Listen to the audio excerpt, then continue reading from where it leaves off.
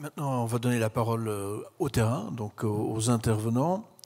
Vous aurez également la possibilité de poser une question et d'obtenir des réponses. Mais je vais d'abord passer la parole à Nadia. Et puis, vous voyez, je mets autour de la table toutes les personnes qui ont parlé aujourd'hui. Alors, la table ronde, évidemment, comme vous voyez, elle s'est ouverte, hein, parce que sinon, vous voyez tout le monde une partie de dos. Donc, la table ronde vous fait face. Et Nadia, tu as la parole si tu veux poser une question par rapport à ce qui est dit. On m'entend? Ouais. Mais moi, je vais rebondir sur ce que vous disiez, Monsieur Zimmermann. Vous disiez l'innovation, on ne va pas pouvoir la faire tout seul. Est-ce que vous connaissez les solutions qui vous ont été présentées? Et est-ce que vous avez des projets en cours, et vous et Monsieur Simoncelli, peut-être de chacun de votre côté, sur ce type de projet? J'aime pas les comparaisons avec l'automobile, mais là, je crois qu'il va falloir y passer. Donc, je pense au TomTom, hein, je pense à tout ce qui est périphérique GPS. Donc, il y a eu des solutions qui ont été apportées par des prestataires qui finalement s'intègrent après dans des engins. Donc, évidemment, tout ce que font les personnes qui sont là avec leur société, c'est très intéressant et il est clair qu'il y aura des partenariats, mais il y aura aussi finalement des solutions constructeurs. Et là, on tombe dans la problématique de l'utilisateur qui a plusieurs marques et qui ne va pas forcément vouloir avoir une solution constructeur et qui cherchera une solution, on va dire, propre et qui développera aussi lui-même ses applications. Donc tout cet écosystème, il dépend vraiment de ça. Constructeur, société avec de bonnes idées qui vont peut-être être leaders. Hein. Je pense à Garmin dans les avions. Tous les avions ont du Garmin et ce n'est pas le constructeur qui fait Garmin, ce n'est pas le fabricant de l'avion, il l'intègre. Et donc ça dépendra également de ce qu'on trouvera sur le marché et notre capacité à développer. Merci. Moi, je vais avoir du mal à en rajouter beaucoup plus, si ce n'est qu'on collabore déjà avec certains des acteurs, donc on collabore sur certains projets, parce qu'évidemment, et l'objectif pour nous en termes de constructeurs, c'est clairement de trouver des solutions pour donner un peu plus de valeur à nos produits, et la transition produit-solution, donc de passer d'un fournisseur de matériel en fait à un prestataire de service. Je pense que c'est une vraie opportunité de pouvoir justement redonner de la valeur à ce métier-là, à la fois sur les propriétaires de matériel, mais aussi au niveau des utilisateurs, donc des chantiers. Merci. Messieurs, si vous avez une question. Albert, est-ce qu'on peut interagir sur cette question? Bien sûr. Parce que je pense que c'est une question qui concerne tout le monde, autant les constructeurs de grues qui sont les acteurs même les plus importants dans la création de l'engin et dans la maintenance et dans la vie de l'engin et donc dans toute l'activité du levage.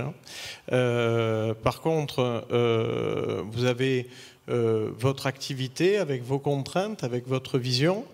Nous, on représente des sociétés plus jeunes, bien sûr, avec un point de vue différent, avec peut-être des propositions différentes et avec une obligation qui est peut-être pas la même que la vôtre, c'est que on a besoin d'interagir.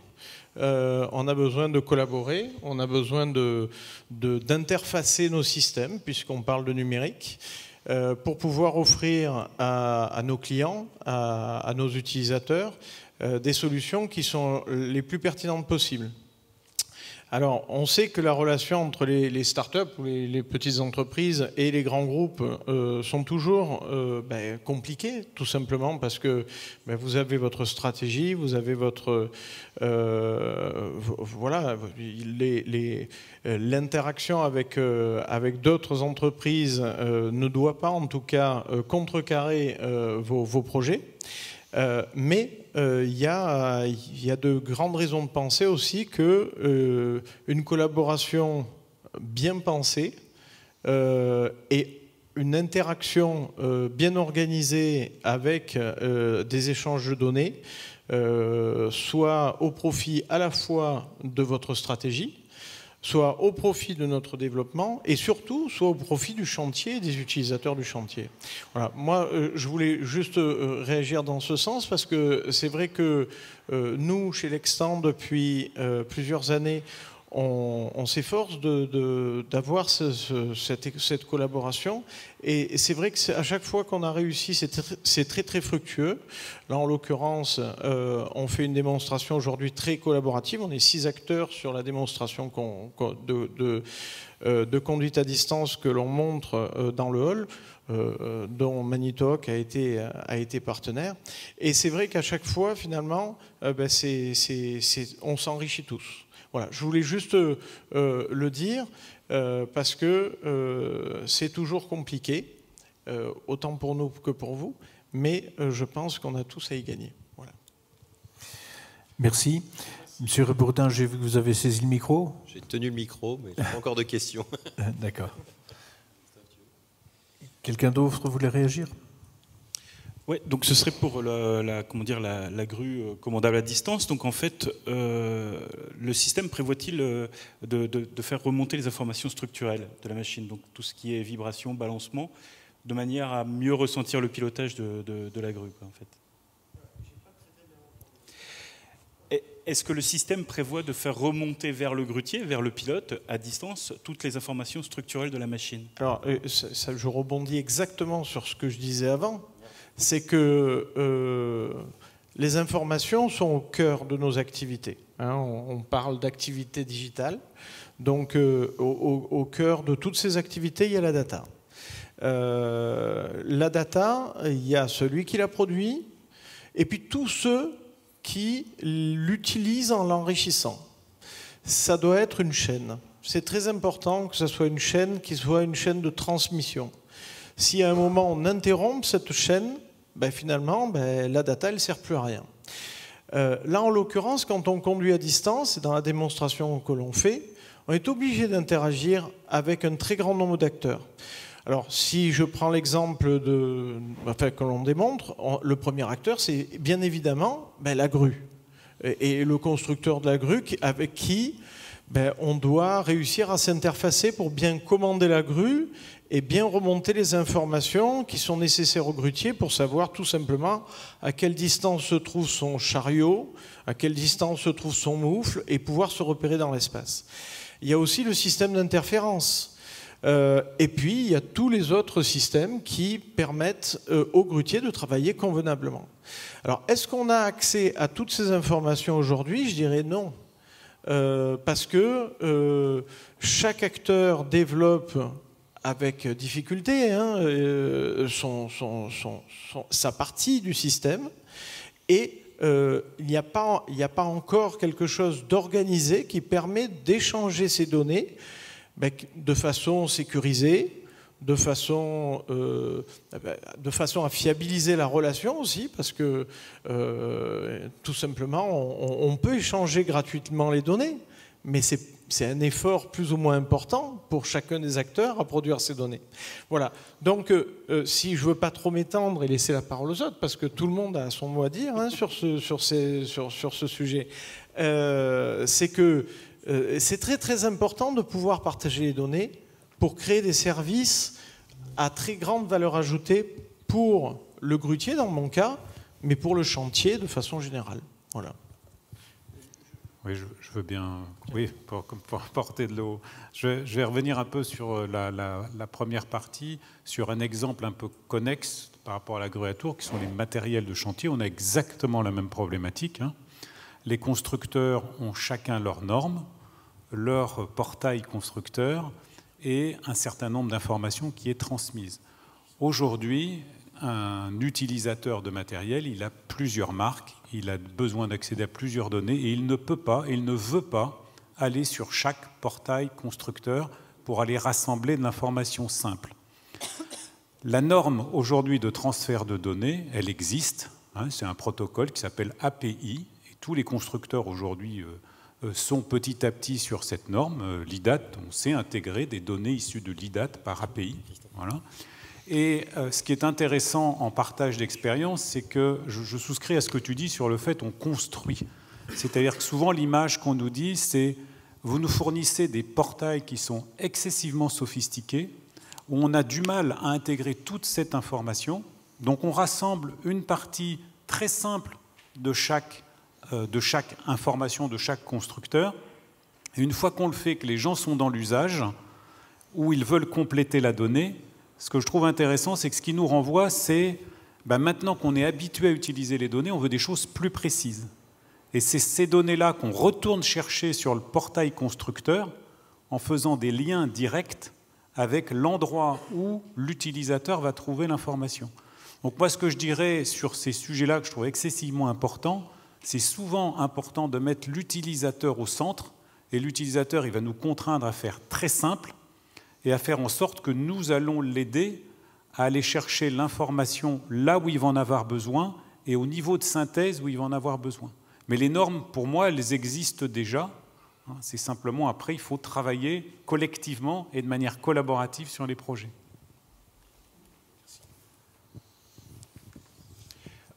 Oui, encore une autre question. Donc, tout à l'heure, j'entendais parler de jumeaux numériques. Donc, j'ai découvert il y a très peu de temps jusqu'où on pouvait aller avec les jumeaux numériques, puisqu'on peut aller jusqu'à reproduire les pressions hydrauliques dans les flexibles et tout ça.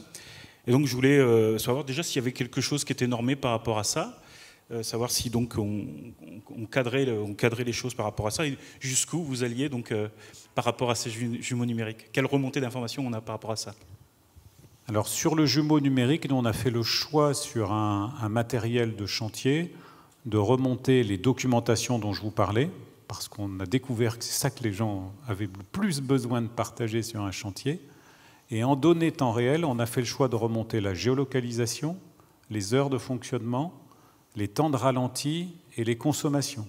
Déjà, les API constructeurs ne nous remontent pas toutes ces données de manière simple, fiable et de manière uniforme.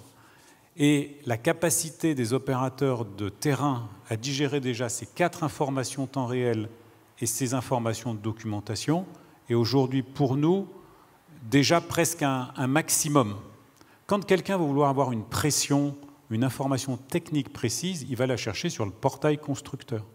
Donc pour nous, la vision du jumeau numérique, elle prend des formes différentes en fonction des industries et elle doit surtout s'adapter aux usages des utilisateurs du quotidien. Et numériquement, c'est très facile de complexifier un outil. Et l'outil va se complexifier en fur et à mesure des usages des gens. Je prends souvent l'expérience, je suis désolé, c'est vraiment peut-être basique, mais si vous n'avez jamais eu de téléphone portable, vous n'avez jamais utilisé le Nokia 3310 comme une partie de certains d'entre nous, et que je vous donne ça, il est probable que vous me disiez, il est où le clavier? C'est où les touches? Et bien, c'est un peu ça qui se passe pour moi dans le numérique, dans le secteur de la construction, c'est que les constructeurs et les produits ont des niveaux de sophistication technologique très élevés, mais l'usage numérique des gens de terrain sur le secteur, il est relativement faible. Et l'idée, c'est qu'il faut apprendre, on apprend à faire un pas avant de courir, quoi. Et c'est vraiment dans cette logique-là. Et le jumeau numérique, c'est lui qui s'adapte aux utilisateurs et il se complexifie en fonction des besoins du terrain. C'est notre vision. Oui, Monsieur Briand. Moi, j'avais une question, enfin, avec mon regard de monteur de grue. La première, c'est est-ce que vous n'avez pas peur que ça déresponsabilise un petit peu trop les gens, de beaucoup les assister dans l'exploitation des chantiers en général? Et est-ce que cette assistance, quand même, en restant modérée, pourrait nous aider, nous, dans le montage de grues, pour l'organisation des chantiers et pour le montage des grues en elles-mêmes, au niveau de l'assemblage des grues, d'accès aux notices de montage et tout ça? Qui veut répondre? Bonjour. Donc justement, nous, ce qu'on cherche, et je pense qu'on est, on est dans la même optique d'un point de vue digital, c'est apporter aux responsables de chantier et aux personnes opérationnelles la facilité d'accéder à l'information, donc comme vous dites, aux notices d'installation, aux notices d'utilisation, qui sont nécessaires pour les utilisateurs, mais qui sont aussi obligatoires selon la loi. Donc c'est justement apporter toutes ces solutions digitales qui vont faciliter l'accès aux documents, à l'information et de manière rapide. Comme je disais, on a vu qu'il y a 20 à 30 minutes de temps qui sont perdus par jour sur les opérationnels à la recherche de matériel, de documents. Et finalement, ces 20 à 30 minutes par jour, si on les accumule sur une année entière, c'est astronomique. Donc aujourd'hui, et comme le disait M. Firmin, grâce à ces téléphones, grâce à Internet, grâce à ces plateformes interactives et dynamiques, on arrive à accéder à l'information. Il est juste nécessaire d'avoir la bonne information. Donc peut-être pas l'ensemble des informations qui peuvent être recueillies sur une grue à tour ou une grue mobile, mais l'information qui va aider l'opérationnel à être productif et à gagner en temps et finalement à maximiser les bénéfices en minimisant les coûts. Ce que recherche finalement la majorité des entreprises. Je peux ajouter un mot là-dessus. Je pense qu'effectivement, on est dans le cadre du montage. Il y a des éléments qui vont apparaître dans le futur et que les nouvelles technologies permettent. Je pense par rapport au montage, il y a déjà un aspect logistique qui est important, savoir où sont les camions, quand est-ce qu'ils arrivent, bien identifier les éléments, connaître aussi leur niveau de maintenance. Tout ça, c'est des choses qui seront rapidement disponibles, sur lesquelles je pense on travaille déjà, mais il y a beaucoup de solutions qui existent aujourd'hui. Après, il faut les adapter à nos produits. L'autre point aussi, c'est de permettre aussi, à travers ces capteurs, de faire communiquer plusieurs éléments de machine, et notamment pour vérifier, entre autres, une composition de mâture, ou s'assurer qu'effectivement, ce qui est déclaré au niveau de la configuration de la machine correspond à la réalité, de façon à ce qu'on puisse mettre en place la courbe de charge qui correspond à cette demande. Donc, je ne pense pas qu'il s'agisse de... Et c'est un bon point, il ne s'agit pas du tout de déresponsabiliser, parce qu'au final, il y a toujours la nécessité d'acknowledger, enfin de confirmer la configuration exacte. Je pense que c'est des aides qui seront mises à disposition, mais la responsabilité, elle restera au niveau de l'exécutant. Oui, si je peux me permettre d'aller dans le sens de la déresponsabilisation dû au fait de l'évolution des technologies, je ne pense pas que ça soit quelque chose qui soit automatique. On n'est pas déresponsabilisé de sa tâche de travail. Le numérique va apporter des facilités, va permettre de finalement améliorer la performance au montage, éviter peut-être les erreurs, et c'est souhaitable, parce que justement, les solutions qui seront apportées sont au bénéfice d'une meilleure qualité, d'une meilleure mise en œuvre, d'une meilleure productivité, d'une meilleure sécurité en règle générale. Si ça ne remplit pas ces conditions, c'est que la technique ou la technologie qui est mise en œuvre, elle n'est pas pertinente. Donc, après, c'est vrai que ça change les pratiques. Et dans tout changement, il y a de la perturbation et il y a du risque qui vient s'insérer dans les habitudes de travail. Et c'est possible que pendant un instant, pendant un moment, il y ait certains problèmes qui apparaissent qui n'étaient pas apparus avant. Mais dans tout changement, ça c'est temporaire. Et après, chacun reprend finalement ses pratiques avec les nouvelles technologies qui sont apportées pour améliorer l'ensemble des activités. Et ce changement n'est pas forcément négatif. Nous, on est dans un métier qui est en manque d'attractivité aujourd'hui pour recruter des monteurs de grue. Et je pense que justement, la modernisation de ces choses-là peut attirer les nouvelles générations de monteurs. Donc c'est pas forcément négatif, hein. Au contraire, je pense que ce changement-là sera une transition si on arrive à l'opérer dans les années qui viennent. Je rejoins tout à fait ce que vous dites, puisque par exemple un parc, quand vous gérez un parc, aujourd'hui on peut le labelliser, les mâts, puisque c'est des choses assez faciles à reconnaître en intelligence artificielle, faire de la facturation automatique quand on charge et dire au monteur c'est en train de venir puisqu'on peut le suivre par GPS. Donc tout ça c'est maintenant dans le champ du possible et je pense d'un point de vue économique aussi. Donc plus d'attente, de camions perdus, de choses comme ça, et je pense que ça tout de suite c'est des bénéfices pour le monteur. Donc il y a Sébastien qui a parlé des monteurs de grue, moi je vais parler un petit peu des dépanneurs. Et par rapport à Nextan, je voulais vous parler d'une petite question. Moi, dans mon habitude métier, dans les dépanneurs, le dépanneur, il a quand même un moment d'échange en fait avec le grutier quand il vient dépanner, maintenir sa grue. Je suis un peu inquiet quand même sur ce travail à distance, je vous le cache pas. Parce qu'une grue, en fait, ça s'écoute, ça se respire, ça se sent. On entend des bruits quand on rentre dans une machine. Si on ne monte plus dans la machine, on n'entendra plus ces bruits. Comment on va savoir si le graissage est correct? Comment on va voir si un orage arrive? Comment on va voir si... Ben voilà, quoi. Toutes ces vérifications en fait, qui sont aujourd'hui précises dans nos notices. On vous demande de vérifier, d'inspecter en fait, une charpente quand vous montez à votre poste de travail. Demain, s'il ne monte plus dans son poste de travail, comment ça se passe? Alors on rebondit sur ce qu'on disait juste avant. Et effectivement, de toute façon, conduire à distance, par nature, va complètement changer les habitudes d'inspection, de contrôle, de sensation de la machine.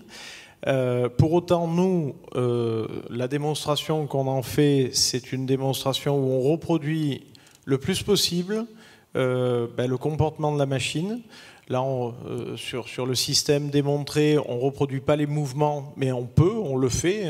Chez nous, on ne le démontre pas ici, mais c'est tout à fait réalisé sur un système plus évolué.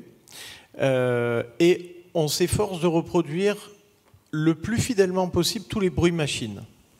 On a sur le poste de conduite. Pardon ? L'accès au poste non, de mais conduite, ça, je suis parfaitement d'accord, justement, j'allais y venir. Reste l'inspection que fait le grutier à chaque fois qu'il accède à sa machine et donc la vigilance du grutier par rapport au bon fonctionnement de son engin.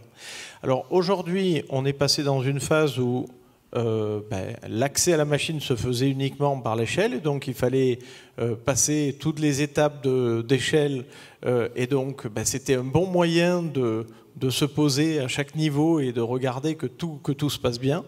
Là maintenant on est dans une phase où pour toutes les grues de plus de 30 mètres on a un ascenseur de grue, et déjà ça perturbe énormément cette inspection, sans compter que les ascenseurs de grue rajoutent des difficultés de fiabilité mécanique ou de bon fonctionnement qui sont à inspecter aussi, et le grutier ne peut pas forcément les inspecter. Donc j'en reviens à ce que je disais précédemment, c'est que chaque évolution, l'ascenseur de grue en étant une, notre proposition de conduite à distance en étant une autre, apporte des changements. Et ces changements, ils vont nécessiter des modifications d'organisation. Et ces modifications d'organisation vont peut-être amener à faire une inspection du bon fonctionnement de la grue par un technicien, peut-être de manière hebdomadaire, peut-être de manière plus espacée, et aidé par des capteurs qui viendront de plus en plus, et c'est le cas de toute façon, on le voit sur les machines sont de plus en plus équipées de capteurs qui permettent de numériser l'état même de la machine. Vous parliez de l'état des câbles, on parle beaucoup de capteurs vidéo, de capteurs visuels, mais il y a des capteurs de vibration, il y a des capteurs de mouvement, il y a des capteurs de pression, et tout ça, aujourd'hui, ajouté à des engins de plus en plus communicants et de plus en plus numérisés, aideront à faire une analyse, pas forcément dans l'engin, mais peut-être plus ou moins à distance, et avec une plus grande fiabilité. Voilà. C'est ce à quoi nous on croit. On se base quand même là-dessus sur les technologies qui sont utilisées dans d'autres industries.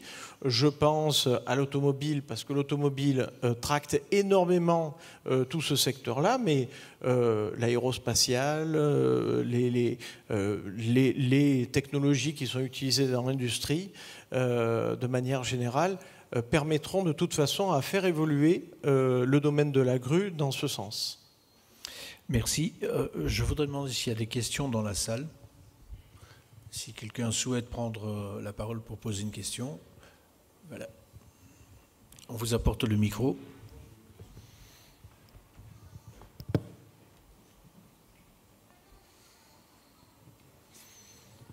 Bonjour. Bonjour, si vous voulez bien vous présenter. Je suis Sébastien Dolec, le secrétaire général du syndicat UNSA-MG, donc des métiers de la grue. Merci Albert Gallois pour l'invitation. Je vous écoute depuis le début. Vous avez tous utilisé le mot gain en production, progrès, innovation, c'est très bien. Par contre, personne n'a parlé de l'humain, l'homme en lui-même. Je pense qu'on progresse dans pardon, dans le mauvais sens en fait. C'est un débat qui se mord la queue. Je suis un peu ému parce que moi je me bats pour des choses que les gens oublient en fait. Vous avez tous parlé du, comment dire, l'innovation, il faut de la 5G partout, il faut des data centers partout, on ne conduira plus les grues, il y aura un monsieur qui conduira 5 grues. Pourquoi pas? Moi je pense à mes enfants. Moi je veux que mon fils il puisse conduire des grues. C'est le rêve de mon fils. À vous écouter, ce sera fini. Alors, si je comprends bien, en fait, si on place l'humain au centre de la problématique, les solutions que vous apportez, apportent-elles des choses au niveau sécurité et au niveau confort? C'est aussi une question qui doit se poser. Aussi. Voilà. C'est juste je suis d'accord pour l'innovation. Après, il faut aussi penser aux hommes qui utilisent cette innovation. Quelqu'un prend la parole à ce niveau-là? Oui, je pense Merci, que monsieur le thème, c'était sur les solutions digitales. Effectivement, on n'a pas forcément insisté sur le sujet. Je pense qu'il y a un des éléments qu'on a quand même mentionné à plusieurs reprises, je pense, c'est la partie sécurité. Et quand on parle de sécurité, c'est avant tout, évidemment, la sécurité des hommes. Donc, quand on apporte de l'assistance à une opération, qu'on apporte de l'information, on apporte aussi de la sécurité. Alors, pour autant, il faut qu'effectivement, cette information, elle soit intégrée. Et c'est là où l'interface homme-machine est important. Hein, c'est parce que plus on améliore cet échange entre l'homme et la machine, et plus on apporte de la sécurité et de l'information utile. Après, en termes d'ergonomie, il y a énormément de choses qui se font. Ce n'est pas le sujet aujourd'hui, mais il y a énormément de choses qui se font pour faciliter justement la manutention, pour sécuriser toutes les interventions. Donc les plus risquées étant évidemment le montage ou le démontage d'une machine, mais les opérations de maintenance quotidiennes peuvent aussi présenter des risques. Et le fait de pouvoir les adapter vraiment au type, à l'usage de la machine, ça permet non seulement de les réduire, mais aussi de mieux les planifier et donc de les gérer avec plus de sécurité. Je pense que tout le monde a évidemment, on va dire, des réactions plus ou moins, on va dire, vives par rapport à des modifications de la façon dont le produit est perçu, dont la conduite à distance en est une. Après, par opposition, voilà, je pense que la conduite à distance, et encore une fois, je pense que personne n'est capable aujourd'hui de cerner tous les avantages et les inconvénients, parce que c'est des choses qu'on apprendra au fur et à mesure, mais en termes d'ergonomie, ça permettra aussi probablement de limiter le déplacement d'un homme dans une structure qui fait 1,6 m par 1,6 m ou 2 m par 2 m, et avec des échelles qui sont quand même relativement droites. Le fait de pouvoir, encore une fois, détecter un certain nombre de pannes ou de planifier la maintenance, ça permet de limiter les interventions non programmées qui sont génératrices de plus de risques que les opérations qui sont programmées. Et quand je parle de risques, je parle évidemment de risques pour l'humain. On a plus de 100 techniciens qui travaillent, si je prends juste la France, et notre objectif, c'est de s'assurer que tous les soirs, ils rentrent chez eux avec une complète intégrité physique. C'est la première de nos priorités. Et je pense que vous avez raison d'en parler, parce que c'est critique. Mais je pense que la plupart des solutions qu'on met à disposition, c'est aussi pour garantir chaque jour une meilleure sécurité des opérateurs et des intervenants sur nos machines. Oui. Juste 2 petites réflexions sur l'humain. Je ne suis pas convaincu qu'on va remplacer le grutier aussi rapidement. De toute façon, on le délocalise. Il n'est pas question de le supprimer. Ouais. Mais il est quand même... le facteur humain, c'est qu'on ne trouve pas forcément les humains. Et je pense notamment dans les usines de fabrication, on ne trouve plus de soudeurs. Bon, on a automatisé le soudage parce qu'on ne trouvait plus les humains. Donc on est quand même des fois obligé de réagir par l'automatisation pour remplacer l'humain parce qu'on ne le trouve plus, ou pour améliorer les conditions de travail de l'humain pour qu'il vienne. Donc il faut bien voir que c'est pas forcément... je pense que c'est même plutôt vertueux, toute cette réflexion sur l'innovation.